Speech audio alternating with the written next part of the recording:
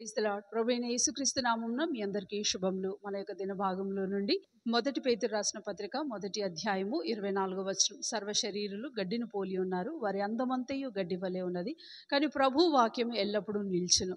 ఇక్కడ పేతురు భక్తుడు దేవుని వాక్యంలో ఉన్న శాశ్వత తత్వాన్ని నొక్కి చెప్తున్నాడు. దావీదు భక్తుడు అంటాడు కదా, దేవా ఆకాశమందు నీ వాక్యము నిత్యం నిలకడగా ఉన్నది.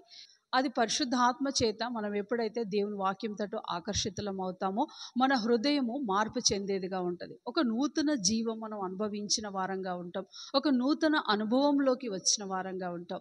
అయితే భక్తుడు అంటాడు కదా, ఈ వాక్యంను జాగ్రత్తగా గైకొనువాడు బండ మీద కట్టిన జ్ఞానులతో సమానం అని అంటాడు. మనం జ్ఞానుల వలె ఆవిర్భవిస్తాం. దినదినం నూతన నడిపింపు కొరకు ఆయన దగ్గరికి వెళ్ళినప్పుడల్లా ఆయన మనకు ఒక నూతన విధానంలో మనం నడిపించే దేవుడుగా ఉన్నాడు.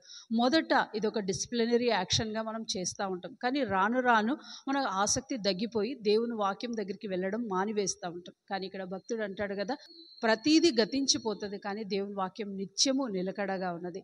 ఈ వాక్యము ఏదో మనుషుల ఊహను బట్టి రాయబడలేదు, కానీ పరిశుద్ధాత్మ చేత ప్రేరేపింపబడి దేవుని వాక్యాన్ని రాసిరి అనే వాక్యము మన ఎదుట ఉన్నది. అయితే ఈ వాక్యాన్ని మనం గైకొన్నప్పుడు మన హృదయంలో పాపం ఉండకుండా ప్రతిదినం మనం కడిగబడిన వారంగా ఉంటాం.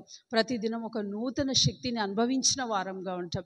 దావీదు భక్తుడు 119వ కీర్తన 176 వచనాల్లో ఈ వాక్యం అంతా ఇదొక శాసనాలుగా, ఇదొక చట్టములుగా, ఇదొక ఉపదేశములుగా, ఇదొక ఆజ్ఞలుగా ఉన్నాయి అని చెప్తున్నాడు. ఇవన్నీ మనం గైకొనితే మన యొక్క దినము, మన యొక్క సంవత్సరములు ఒక శాశ్వతం తత్వంతో నిండి ఇతరుల ఎదుట ఫలించి వారంగా ఉంటాం.